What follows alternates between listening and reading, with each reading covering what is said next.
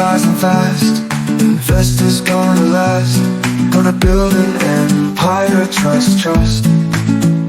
Got that higher, got that grace. Time to phrase. PetPitch India, ideas take flight. PetPitch India, day and night. PetPitch India, future's looking bright.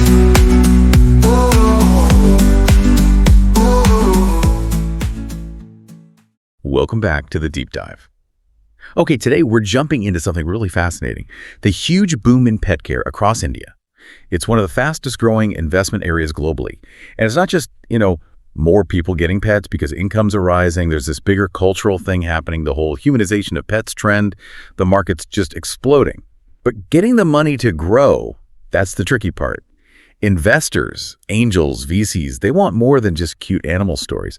They need a solid plan for tackling India's, unique market complexity. That's exactly it. Investors see India not just as a big opportunity, but as a really sophisticated challenge.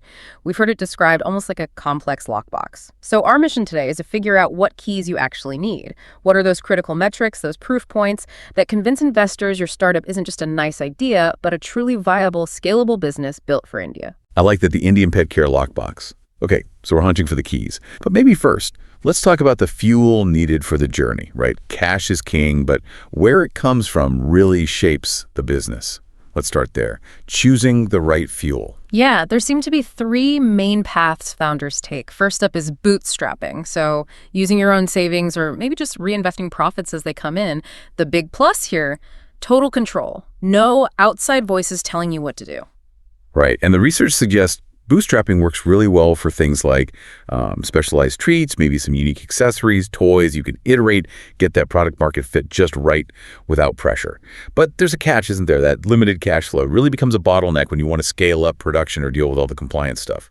Exactly, which often leads founders to the next step. Angel investors. These are individuals, maybe small groups, putting in anywhere from, say, $100 K up to maybe $5 million, usually early on. And crucially, it's not just the cash. They often bring mentorship, valuable connections. This seems like the right fit for innovations needing to get into the market, fast-sync premium pet food, or maybe some pet tech, but only if you've already proven people actually want it. Okay, then we get to the big leagues. Venture capitalists. VCs are playing a different game. They want massive growth, market leadership, those exponential returns. How does a founder know they're actually ready for that kind of scrutiny, especially in a market as dynamic as India? The timing here is absolutely critical. Our sources are pretty clear on the milestones. For seed funding, maybe $1 million to $5 million, you should really only go for it after you've proven two core things. One, repeatable customer acquisition, and two, positive unit economics. And importantly, you need to prove this within a specific small initial market first, like show it works in Bangalore and Hyderabad before thinking bigger. Then comes Series A. That's the jump to the $5 million to maybe $20 million plus range, and the bar is way higher. You absolutely have to demonstrate that your model works across different cities, maybe different product lines, and, this is key, that you've figured out the nightmare of interstate logistics and taxes.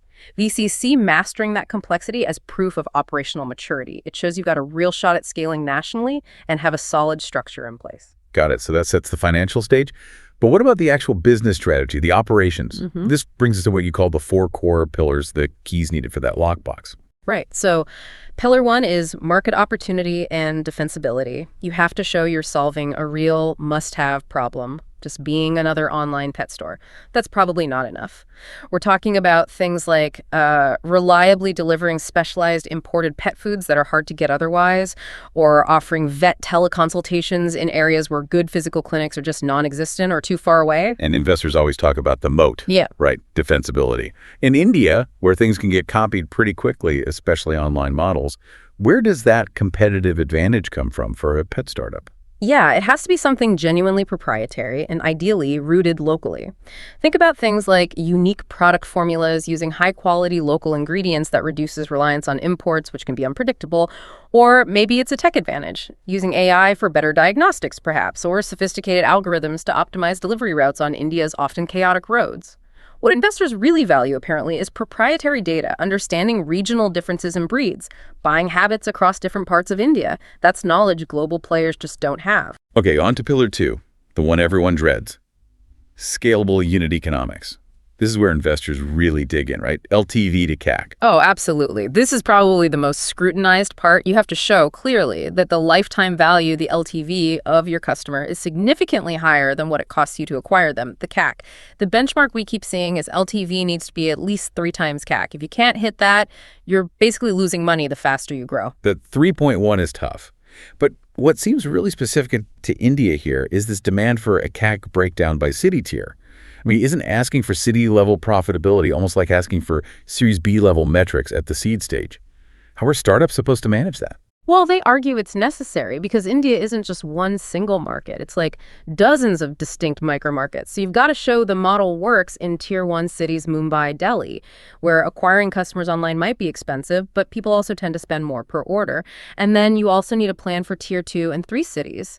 Acquiring customers online might be cheaper there, but your logistics costs could be way higher. And you might need to invest in old-school offline marketing.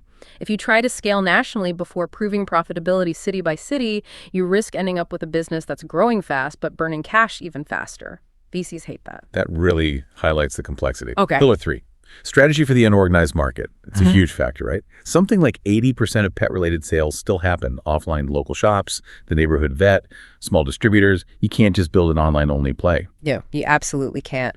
The winning strategy seems to be what the sources are calling this phygital approach. You need that smooth blend, convenience of online, but also the trust and reach of physical offline presence. You can't just rely on Facebook ads when so much purchasing relies on existing relationships and trust. So what does that actually look like on the ground? Well, it could mean things like providing tech tools to local vets, maybe scheduling software, inventory management so you tap into their existing client base. Or it could mean really figuring out how to get your products into those small local Kirana stores, making it the easy, obvious choice for people. It's a tricky balance, though. Your pricing needs to be premium enough to make margin, but still accessible enough to compete against local, maybe unbranded options. Makes sense. And the final pillar, pillar 4, is always crucial. The strong, culturally astute team. Investors bet on the jockey, not just the horse, as they say. Absolutely. The ideal founding team seems to need a mix of skills. Definitely veterinary knowledge is helpful, but also deep expertise in supply chains, especially people who understand FMCG, fast-moving consumer goods distribution on a large scale.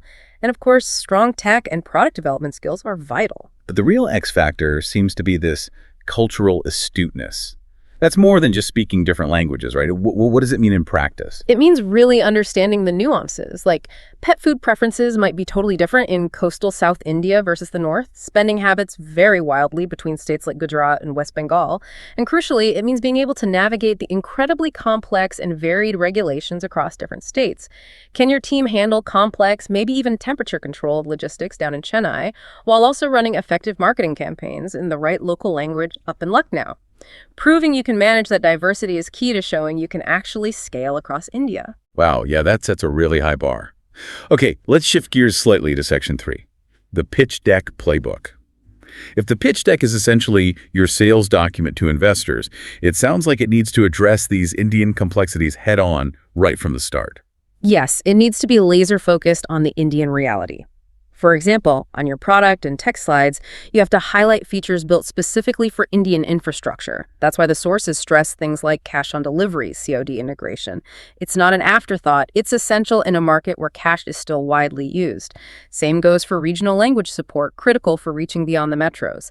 These aren't nice-to-haves. They're often deal breakers. And it seems like using generic global market size numbers is a big no-no. Completely. Forget those top-down global reports. VCs want to see bottom-up data specific to India. That means digging into things like actual pet registration numbers, household income data for specific regions, maybe even local vaccination rates if you can get them. And you absolutely must segment your market estimate. Show the potential in the premium segment, which is mostly Tier 1 cities, but also quantify the value segment in Tier 2 and 3 areas. Show the whole addressable market, not just the small, wealthy slice at the top. Missing that full picture is a common reason VCs might pass. Another common mistake seems to be around differentiation being too vague. Right. You hear things like, we're the Amazon for pets. That means nothing. Your differentiation needs to be concrete, specific, and defensible. What is the one thing that makes you hard to copy? Maybe it's, we have an exclusive integrated supply chain using high-quality local ingredient source from the Western region. Something tangible. And the final pitfall in the pitch deck, getting the unit economics wrong. Yeah, this often comes down to underestimating costs, especially logistics, which can be very high in India, plus return rates, and the actual cost of handling cash on delivery. Your financial projections absolutely must show a believable path where logistics costs as a percentage of your average order value actually decrease as you scale up. If that doesn't look credible, the whole growth story falls apart. Okay, so let's say the pitch works. You get interest. Yeah. That moves us into section 4. Strategic partnerships and investor relationships, starting with due diligence, or DD. It sounds like the DAD process in India is particularly intense around compliance. Extremely intense. The legal and regulatory scrutiny is fierce. One area VCs apparently hammer on is GST compliance, especially related to moving goods between states. That cross-border taxation is super complex and full of pitfalls, so founders need to have their house in order from day one.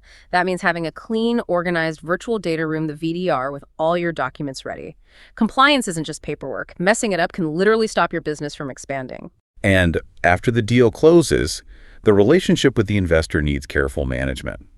It sounds like proactive communication is key. Absolutely. It's what some call the radical transparency framework. Basically, the golden rule is no surprises. If you see a major problem coming, maybe you need to pivot strategy, or you know you're going to meet a big revenue target, you call the investor before the official monthly report goes out. And your updates need context. Explain how the monsoon season is messing with your deliveries, or how a big festival is changing buying patterns. It shows you're actually managing the realities on the ground. What's really interesting here is how the investors themselves become more than just money. Their network can be a huge operational asset. It's potentially the most valuable thing they offer, beyond the capital itself. Good investors can open doors instantly. Think introductions to local distributors or major logistics players that could unlock state-level access that might take you years to build otherwise. They can also connect you with industry veterans, maybe retired execs from big FMCG or pharma companies who know the Indian supply chain inside out. And probably vital in this space. Yeah. Help with regulations. Exactly. They can connect you with government liaisons or regulatory advisors. That's critical when you're dealing with rules from bodies like FSSAI, the Food Safety Authority, or various state animal welfare boards. Getting that expert help can streamline compliance and prevent legal headaches that could totally derail a fast-growing startup. So that strong investor relationship isn't just about keeping them happy. Not at all. It creates this positive cycle. Having reputable investors on board signals good governance and clean operations. That makes future fundraising rounds easier and potentially boosts your valuation when it comes time for an exit, like an M&A. Buyers have more confidence when they see established VCs involved. That really covers the blueprint. So to wrap up, succeeding in the Indian pet market means you have to skillfully blend that global trend pets as family with the very real, very specific challenges of logistics, regulations, and market fragmentation in India. We use the metaphor of the complex lockbox for the Indian market, needing those 4 keys: scale, profit, reach, and execution. So here's a final thought for you, the listener, especially if you're a founder in this space.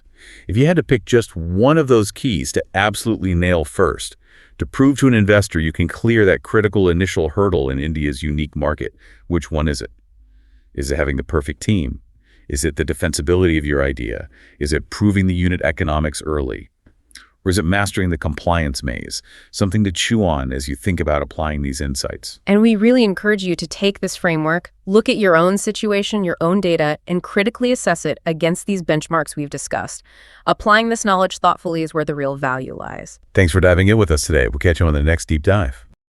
Thank you for listening to PetPitch India, a well-researched podcast. Hope you had a great time. Until then, see you next Thursday at 12 noon. Cheers, and stay safe.